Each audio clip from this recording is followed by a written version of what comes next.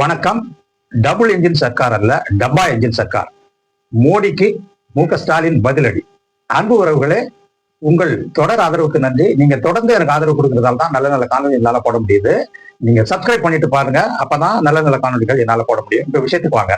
இப்ப நேற்றுக்கு நம்ம ஒரு காணொலி போட்டிருந்தோம். அதாவது மோடி டபுள் என்ஜின் சர்க்காரை பத்தி பேசியிருந்தாரு. அடுத்த ஆட்சி 2026 ஆட்சி என்டிஏ கூட்டணி தலைமையில் உள்ள ஒரு டபுள் என்ஜின் ஆட்சி தான் தமிழ்நாட்டில் வரப்போகுது அப்படிங்கிறத பத்தி பேசியிருந்தாரு.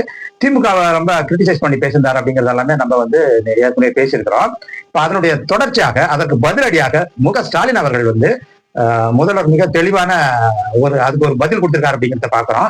அந்த பதில பாத்தீங்கன்னா, நீங்க சொல்கிற இந்த டபுள் என்ஜின் சர்க்கார் ரொம்ப மோசமானது. அது ரொம்ப ஒரு பேடான எக்ஸாம்பிளுக்கு தான் நீங்க சொல்ற டபுள் என்ஜின் சர்க்காரை நம்ம சொல்ல முடியும். அதிலும் குறிப்பாக நீங்க எங்கெங்கெல்லாம் ஆட்சி செய்றீங்களோ டபுள் என்ஜின் சர்க்கார் ஆட்சி, அங்கெல்லாம் எவ்வளவு கேவலமா இருக்கு, ஒரு முன்னேற்றம் இல்லாம, வளர்ச்சி இல்லாம, எவ்வளவு ஊழல் நலிஞ்சு போயிருக்கு. எல்லா பேட் எக்ஸாம்பிளுக்கும் உங்க டபுள் என்ஜின் சர்க்கார் ஆட்சி தானே ஒழிய நீங்க சொல்ற ஆட்சி சிறந்த ஆட்சி கிடையாது. அது ஒரு டப்பா என்ஜின் ஆட்சி அப்படின்னு சொல்றாரு. சோ இப்ப இந்த உதாரணத்தை மு.க.ஸ்டாலின் சொல்லும் போது உண்மையிலே அது ஒரு டபுள் என்ஜினுக்கு டப்பா என்ஜின்ங்கிறது நல்ல ரைமிங்கா சொல்லியிருக்காரு. அதே சமயம் அந்த டப்பா என்ஜின்ங்கிறதுல அவரு சொல்றதுல நமக்கு என்னன்னா அது எவ்வளவு ஒரு கேவலமான ஒரு ஆட்சிங்கிறதையும் அதன் மூலம் சொல்லி இருக்காரு அப்படிங்கிறத பாக்குறோம். ஆக ஸ்டாலின் நல்ல ஒரு சிறந்த பதிலடி தான் கொடுத்திருக்காரு அப்படிங்கிறது அங்க நமக்கு இதுல இருந்து தெரியுது. மோடியை எதிர்பார்க்க மாட்டாரு இந்த மாதிரி டபுள் என்ஜினுக்கு டப்பா என்ஜின் அப்படிங்கிற ஒரு வர்ணனை வரும்ட்டு. இப்ப நம்ம இதை மட்டும் அவர் சொல்லி நிறுத்தி இல்ல. ஸ்டாலின் ஒரு லிஸ்ட் அவுட் பண்ணியிருக்காரு. தமிழ்நாட்டுக்கு இந்த என்டிஏ சர்க்கார், ஒன்றியத்தில் இருக்கிற என்டிஏ சர்க்கார் செய்திருக்கிற துரோகங்கள் என்னங்கிறத மிகப்பெரிய லிஸ்ட் போட்டிருக்காரு. லிஸ்ட போட்டுட்டு என்டிஏ பிட்ரேஸ் தமிழ்நாடு அப்படிங்கிற ஒரு ஹேஷ்டாக அவர் இன்ட்ரோடியூஸ் பண்ணி அது பயங்கர ட்ரெண்டிங்ல போயிட்டு இருக்குங்கிறத பாக்குறோம். இப்ப அவர் என்னென்ன நிறைய விஷயங்களை அவர் சொல்றாரு. அதாவது இவங்க ஆட்சிக்கு வந்த பிறகு இந்த 10 ஆண்டு முடிஞ்சு 11வது ஆண்டுல படியெடுத்து 12வது ஆண்டு நடந்தது இல்லையா, இத என்னென்ன விஷயங்கள் தமிழ்நாட்டுக்கு துரோகம் பண்ணியிருக்காங்க அப்படிங்கிறத அவர் லிஸ்ட் அவுட் பண்றாரு. அதாவது இந்த எஜுகேஷனல் நிதி கொடுக்காம இருந்தது, மற்ற நிதிகள் கொடுக்காம இருக்கிறது, நீட்டுக்கு ஒப்புதல் கொடுக்காம இருக்கிறது, அப்புறமா என்னென்ன திட்டங்கள் இவங்க போடுறாங்களோ இந்த திட்டங்களுக்கான சரியான நிதியை ஒன்றிய அரசாங்கம் கொடுக்காம இழுத்தடிக்குது இல்லைங்களா, அது எல்லாத்தையுமே மிகப்பெரிய ஒரு லிஸ்ட அவரு பண்ணிருக்காரு. இந்த லிஸ்ட் ரொம்ப பெருசா இருக்கு. அதே சமயம் இது தமிழக மக்களுக்கு எல்லாமே ஏற்கனவே தெரிஞ்ச லிஸ்ட்ங்கிறதால நான் இதை ரிப்பீட் பண்ண விரும்பல.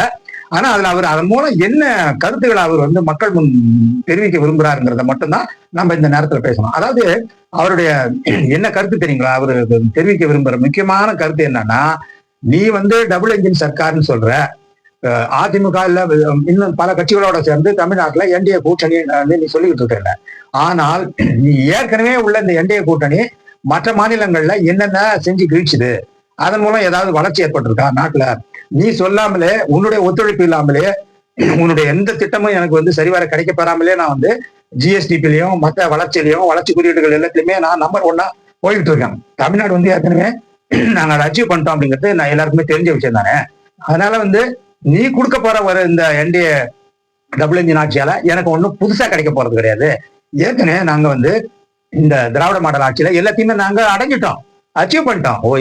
ஒண்ணுல மட்டும் இல்ல, எல்லாத்துலயுமே எக்ஸ்போர்ட்டா இருக்கட்டும், மேனுபேக்சரிங்கா இருக்கட்டும், சர்வீஸ் செக்டரா இருக்கட்டும், இல்ல சோசியல் செக்டர்ஸா இருக்கட்டும், எல்லாத்துலயுமே நாங்க என்னென்ன வளர்ச்சி பிளான் பண்ணமோ திராவிட மாடல் ஆட்சியில எல்லாத்தையுமே நாங்க அச்சீவ் பண்ணிட்டோம். நீ என்ன இப்ப இதுல எங்களுக்கு தனியா டபுள் என்ஜின்ல தரப்போற, உன்னுடைய டபுள் என்ஜின் ஆட்சியில தான் நீ எங்கெங்க இருக்க அங்கெல்லாம் எவ்வளவு மோசமா போயிட்டு இருக்கு, எதிரே ஒரு வளர்ச்சி உற்பத்தியில இருக்கா, இல்ல சோசியல் ஃபேக்டர்ஸ்ல ஏதாவது முன்னணியில இருக்கா, எதுலையுமே இல்லாத உன்னுடைய ஆட்சி எனக்கு எதுக்கு அப்படிங்கிறத மிக காட்டமாக அவர் அந்த அறிக்கையில சொல்லியிருக்காரு அப்படிங்கிறத நம்ம இந்த நேரத்துல நினைவு பண்ணி தான் ஆகணும்.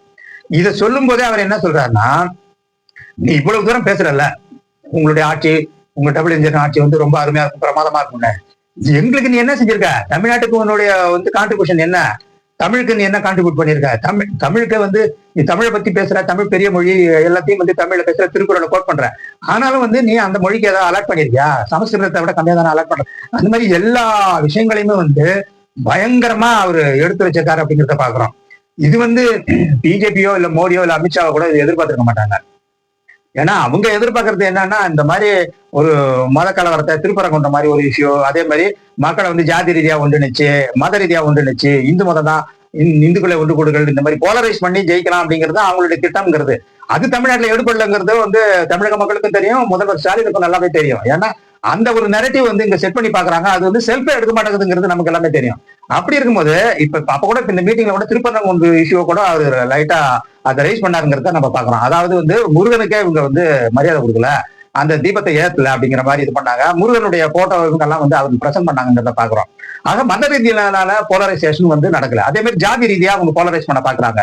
அதாவது ஒரு கட்சியில இருந்து ஒரு தலைவரை கூட்டிட்டு வந்து அவங்க கட்சியை வந்து ஒருங்கிணைக்கிற மாதிரி போலரைஸ் பண்ற மாதிரி அதுவுமே ஒர்க் அவுட் ஆகல அப்படிங்கிறதையும் ஸ்டாலின் தன்னுடைய பேச்சுகள்ல சமீபத்திய பேச்சுகள்ல எல்லாத்திலுமே வந்து சொல்லிட்டு வராருங்கிறத பாக்குறோம். ஆக இந்த மோடியினுடைய அந்த ப்ராமிசஸ வந்து சுக்கு நூறா உடைச்சிருக்காரு அப்படிங்கிறது தான் இப்ப நேற்றைய வந்து இந்த அவருடைய அறிக்கையில வந்து நமக்கு தெளிவா தெரியுது. ஆக என்ன மாதிரி எல்லாம் வந்து இந்த என்டிஏ கூட்டணி தமிழ்நாட்டுக்கு துரோகம் பண்ணிருக்குங்கிறதுக்கு அவர் வந்து லிஸ்ட் அவுட் பண்ணிருக்காரு. அதுக்கான ஜஸ்டிபிகேஷனும் கொடுக்குறாரு. அதுக்கு உதாரணங்களோட சொல்றாரு. மோடி மாதிரி வந்து போற போக்குல அப்படியே சும்மா சொல்லிட்டு எல்லாம் போக, மோடி வந்து எதுக்குமே வந்து ஆதாரம் கொடுக்க மாட்டேங்கிறாரு. ஜென்ரலா பேசுறாரு வழியா இப்ப கிரைம்ங்கிறாரு, கரப்ஷன்ங்கிறாரு, மஃபியாங்கிறாரு வழியா அதுக்கு என்னென்ன ஸ்பெசிபிக்கான இன்ஸ்டான்சஸ் இல்ல இந்த மாதிரி நடந்திருக்கு அப்படிங்கறத அவரு பின் பாயிண்ட் பண்ண மறுக்கிறாரு. ஜென்ரலா அதாவது ஜெனரலைஸ் பண்ணி தான் அவர் பேசுறாரு வழியா.